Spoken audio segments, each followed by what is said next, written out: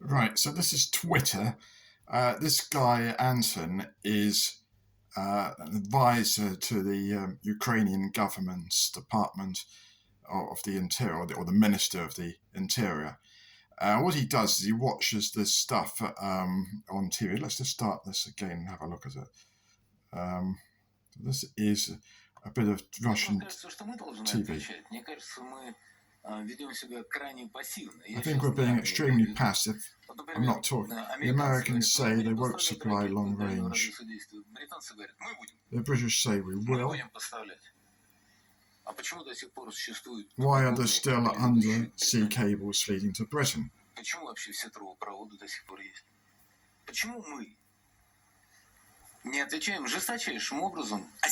Why responding in the most brutal way? We're now out of the treaty. I think we need to abandon the ban on nuclear weapons testing.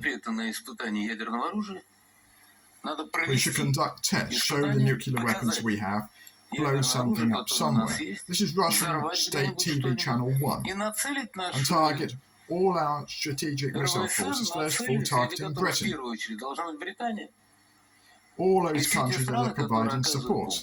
And give an ultimatum, yes, you supplied missiles, we believe you're at war, so we'll destroy you.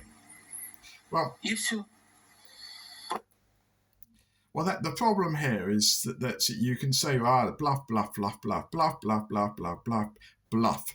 He's, of course, sure he's trying to do bluffing. But what happens is this is going out to everybody in Russia on Channel 1 state TV. He's calling for nuclear war against Britain, a preemptive nuclear strike.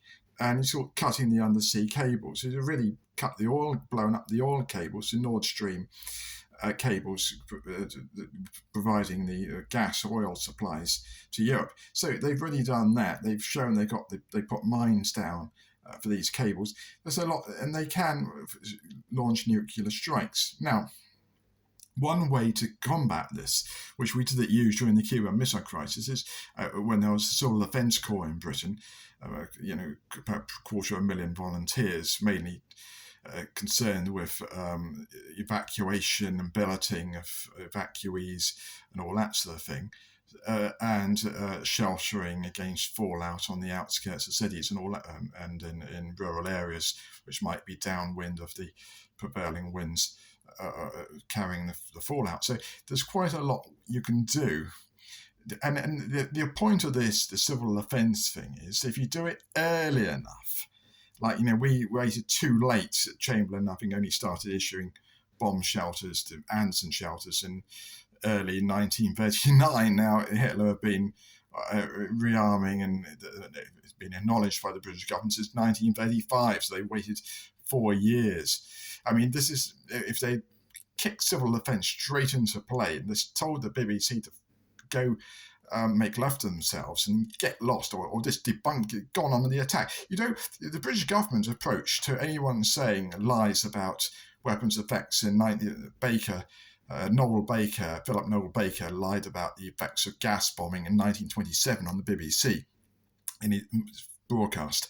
He said there's no way to ever protect against any gas or anything. Gas masks in World War I were just a figment of everyone's imagination. They never worked. A complete liar, debunked by the book called Breathe Freely, which was published in 1938 by a professor in chemistry who was also in World War I in charge of the American gas warfare protection, who points out that it's a huge error in the propaganda by Noel Baker, that when you wear a gas mask, the casualties are reduced by 360 million from the theoretical calculation of what 1 ton of mustard gas or nerve gas or whatever whatever you choose is going to be. The gas mask filters it out the same way as the bomb shelter doesn't discriminate against peak overpressure from one thing or a nuclear bomb or yeah, okay, the overpressure lasts a bit longer, but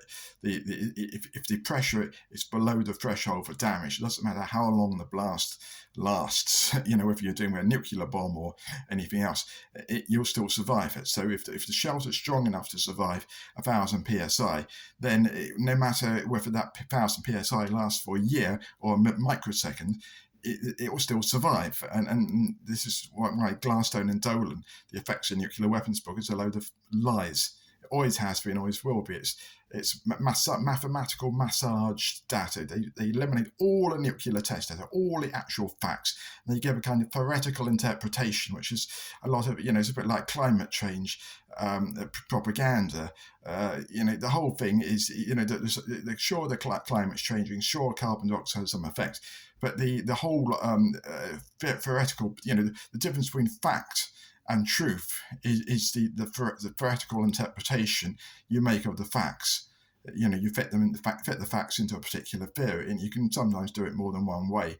And the whole nuclear dementia problem is just a repeat of the gas warfare dementia problem of the 1930s. And it's being used by these people. So let's just watch this once more, shall we?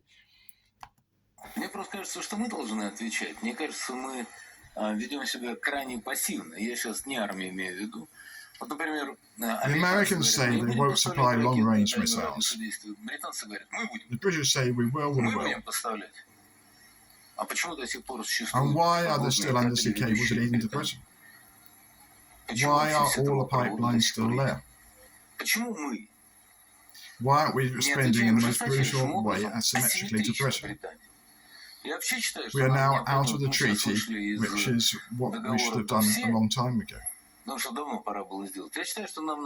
think we need to abandon the ban on nuclear weapons testing.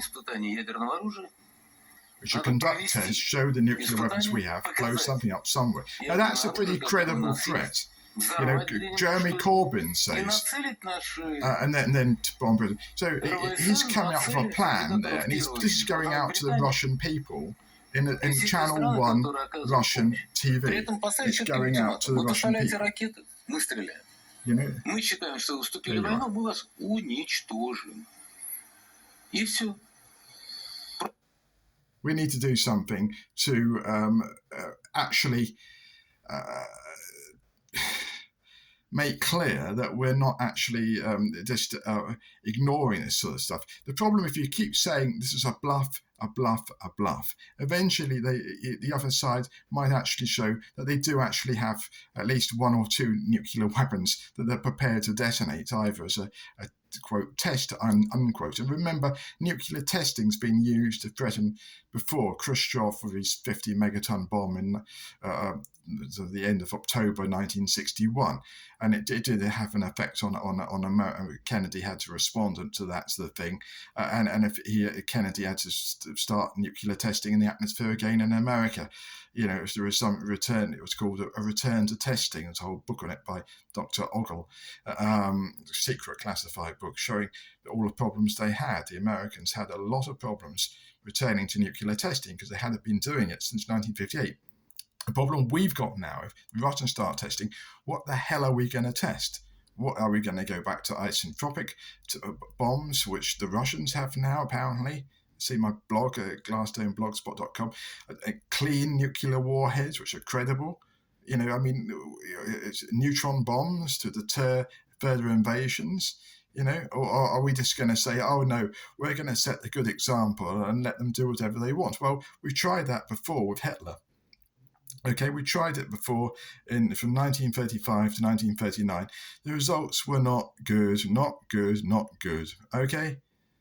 Rant over.